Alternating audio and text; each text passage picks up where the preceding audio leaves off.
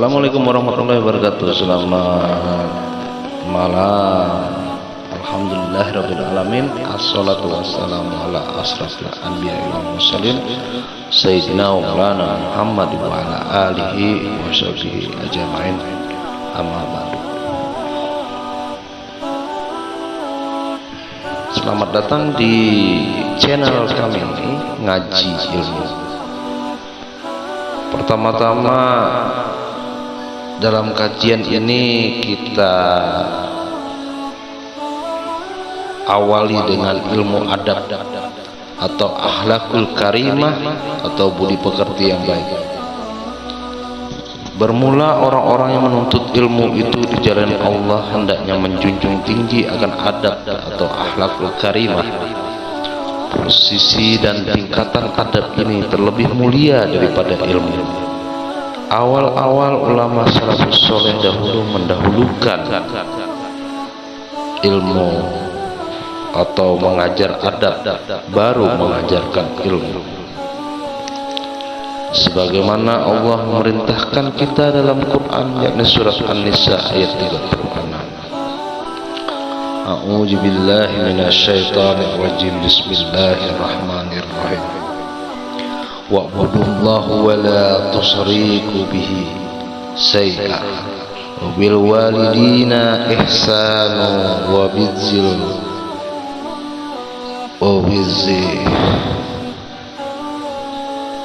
qurba wal yatama wal masyakini wal jariza qurba wal jari junubi was sahibi bil janbi wabani sabili wa ma malakat aymanukum innallaha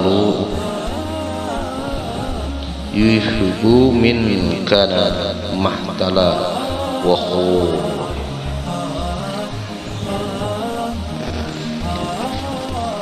Artinya, dan sembahlah Allah. Dalam ilmu hakikat itu muraqabah,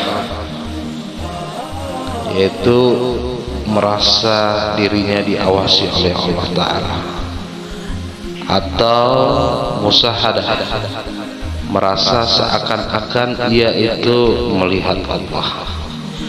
Dan janganlah kamu mempersekutukan. Dalam ilmu hakikat itu ada syirik nyata dan ada syirik khafi tersembunyi. Jadi harus nol, dieksakan diri ini. La haula wa la quwata illa billahil aliyil azim. Tidak ada daya selain Allah Subhanahu wa taala. Dijelaskan dalam akidah Asy'ariyah Ahlussunnah wal Jamaah bahwa Allah itu Ahad Esa, kudrat berkuasa dan iradah berkehendak. Maka makrifatnya ini adalah terbit daripada Maha yang tunggal, bahwa Allah itu mustahil lemah. Allah itu tanzih, kemahasucian, tidak dapat diserupakan dengan apapun juga. Berdiri sendiri, tidak berawal dan tidak berakhir. Manusia atau makhluk itu baharu, mesti berhajat atau harap. Maka harap itu berasal daripada Nur Muhammad. Manusia itu berharap, tapi kadang-kadang hatir. Hatir itu was-was bisikan. Timbullah takut, asalnya juga daripada Nur Muhammad.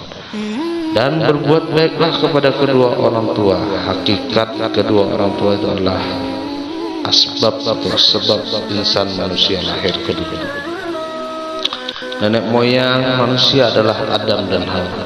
Rasulullah SAW mengajarkan kepada kita dengan sabda untuk berbaik kepada kedua orang tua, yaitu berbuat baiklah kepada orang tua kalian.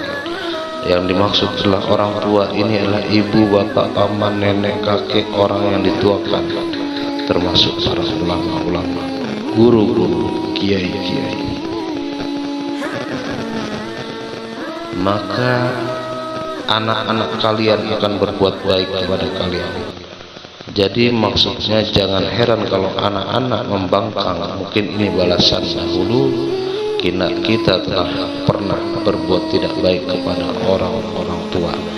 Dan jagalah diri kalian dari zina, maka istri-istri kalian akan terjaga dari zina. Hadis riwayat Tabrani. Orang tua itu berasal daripada Adam dan Hawa.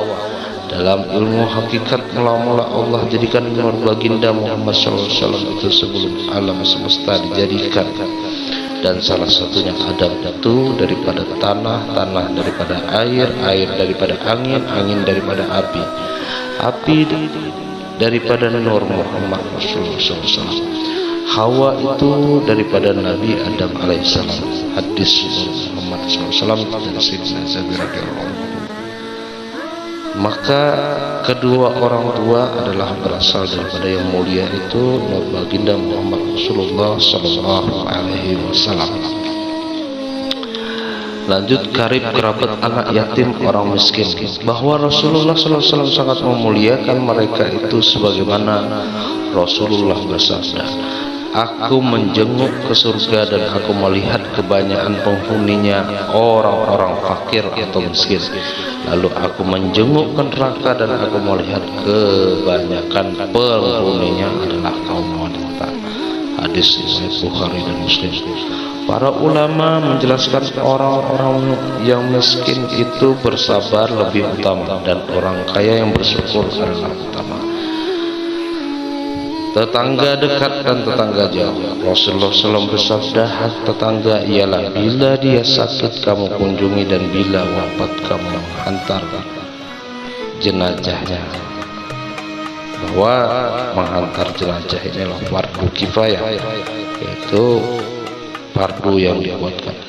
Bila dia membutuhkan uang kamu pinjami, dan bila dia mengalami miskinan atau kesukaran kamu tutupi, rahasiakan. Bila dia memperoleh kebajikan kamu mengucapkan selamat kepadanya, dan bila dia mengalami musibah kamu datangi untuk menyampaikan duka.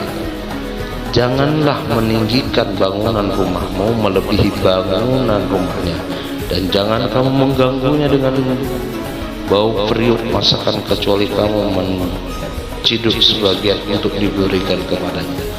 Hadis riwayat Tabrani.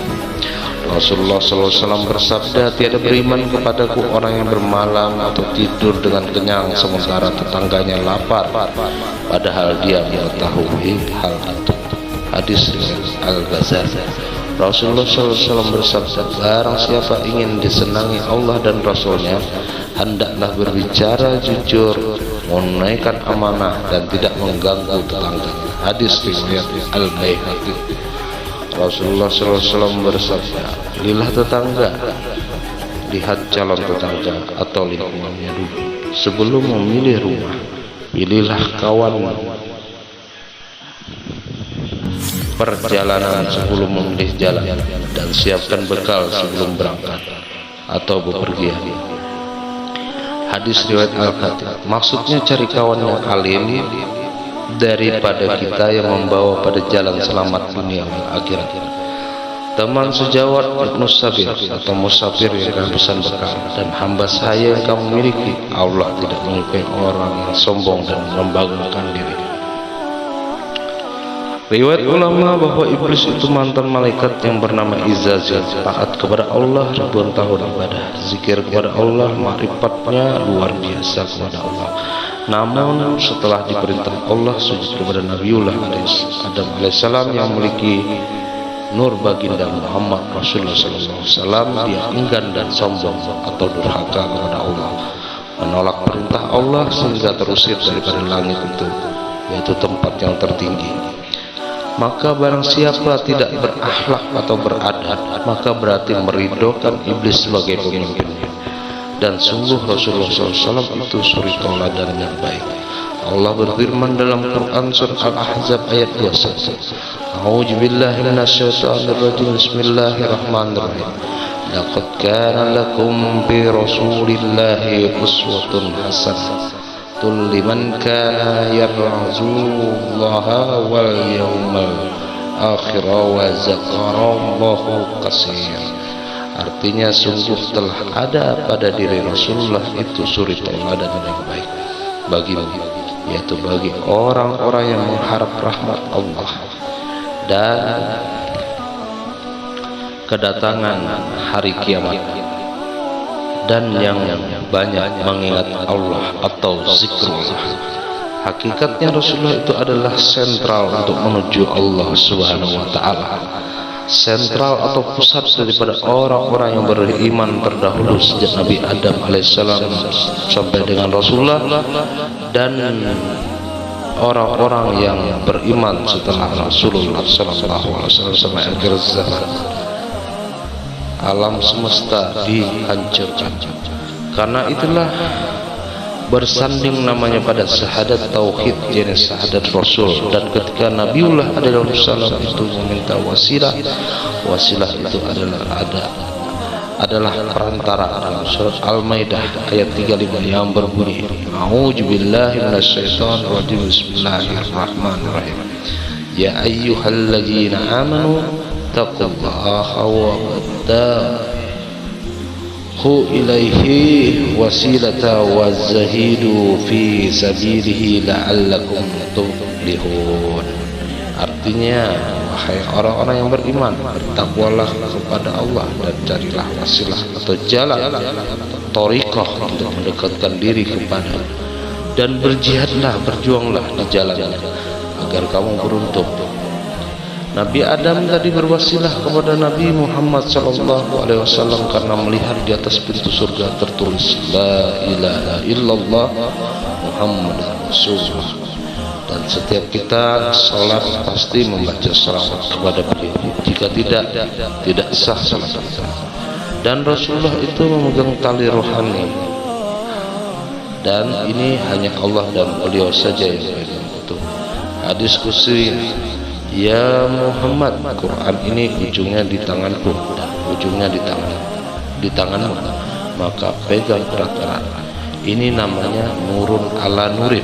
Jibril alaihissalam berkata, ya Muhammad, jika selangkah lagi aku melangkah, aku terbakar. Maka Rasulullah SAW bertemu Allah secara langsung, peristiwa Mi'raj. Maka adab itu melahirkan cinta atau mahabbah, dan mahabbah itu melahirkan mutaba'ah atau mencintai dan mengikuti. Maka disinilah dimulai sejarah. Didapat istilah sanad atau isnad, baik ilmu zahir syariat dan ilmu batin tasawuf, yang bersanad bersambung pada sentralnya, yakni Nabi Muhammad SAW. Ulama al-wali al-kutub al-rabbani Sayyid Syekh Abdul Qadir al-Jilani berkata, aku lebih menghormati orang yang beradab daripada berilmu. Jika berilmu, iblis pun lebih berilmu dari manusia. Ulama al-wali al-kutub al-habib Abdullah al-Idris bin Abu Bakar as-Sakran berkata, sebelum aku mengajarkan ilmu terlebih dahulu aku mengajarkan pada demikian. Wallahu a'lam bishawab. Wabillahi taufiq wal hidayah. Wassalamualaikum warahmatullahi wabarakatuh.